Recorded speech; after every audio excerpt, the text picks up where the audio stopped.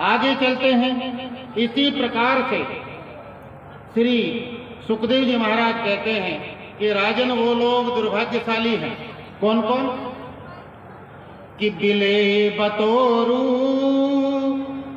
क्रम विक्रमान ये न तृणवतः कर्णपुटे नरश्च जिव्या सती दादुर्रे की सूता न चोप गायन्तु उर्गाय गाथा।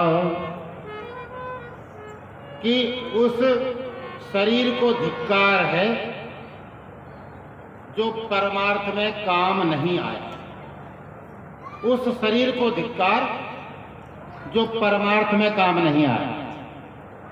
उस शीश को धिक्कार है जो कभी संतों के चरणों में, गुरुजनों के चरणों में, सत्संग में, भगवान के आगे और बुजुर्गों के सामने नहीं झुका।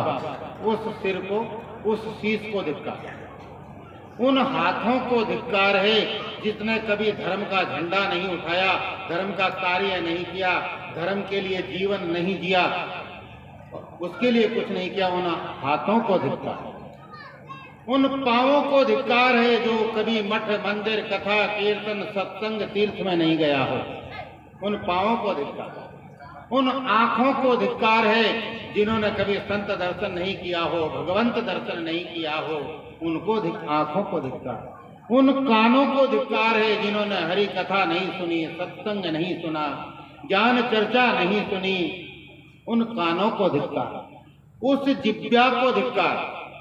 जिब्या दादुर केवा, दादुर बोलते हैं मेंढक। उस जीभ को धिक्कार जो केवल टर टर तो करती है लेकिन भगवान का नाम नहीं गाती। उस जीभ को धिक्कार।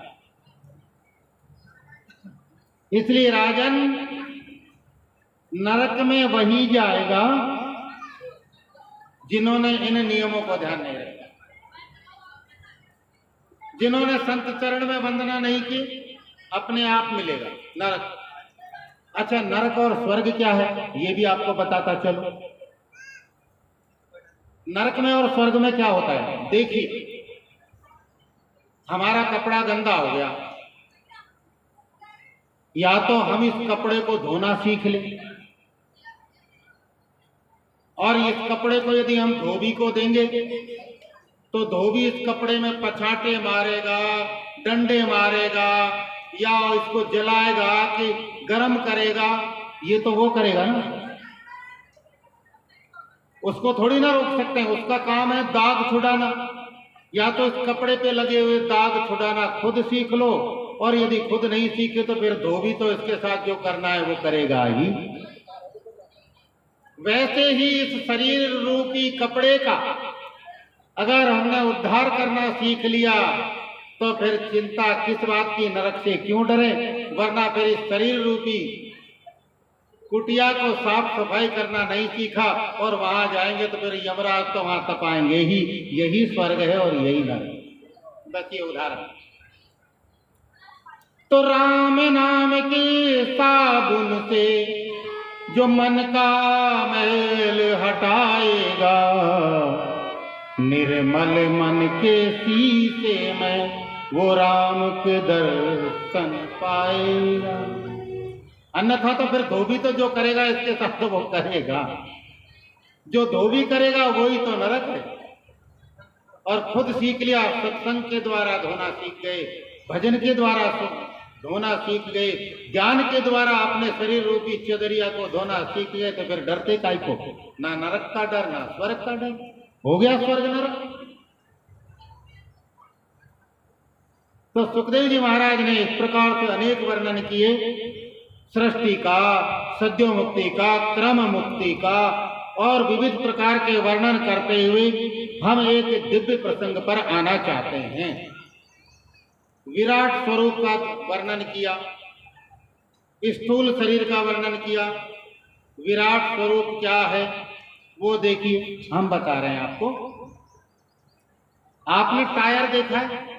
पहिया कार का, मोटरसाइकिल का, साइकिल का, इसमें 3 चीजें हैं टायर में, पहिए में। एक तो रिंग, जिसके ऊपर ये टायर, ट्यूब और ये सब टिके हुए।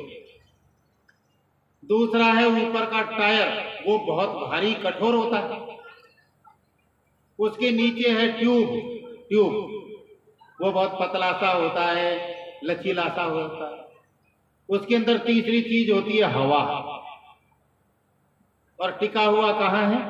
उस रिंग के ऊपर, लोहे के उस पहिए के ऊपर, रिंग के ऊपर। आधार क्या है? रिंग। ऐसे ही जो स्थूल रूप है वो तो टायर है, और जो हवा है वो परम तत्व है, परमात्मा का अंश। और जो ट्यूब है वो है सूक्ष्म शरीर।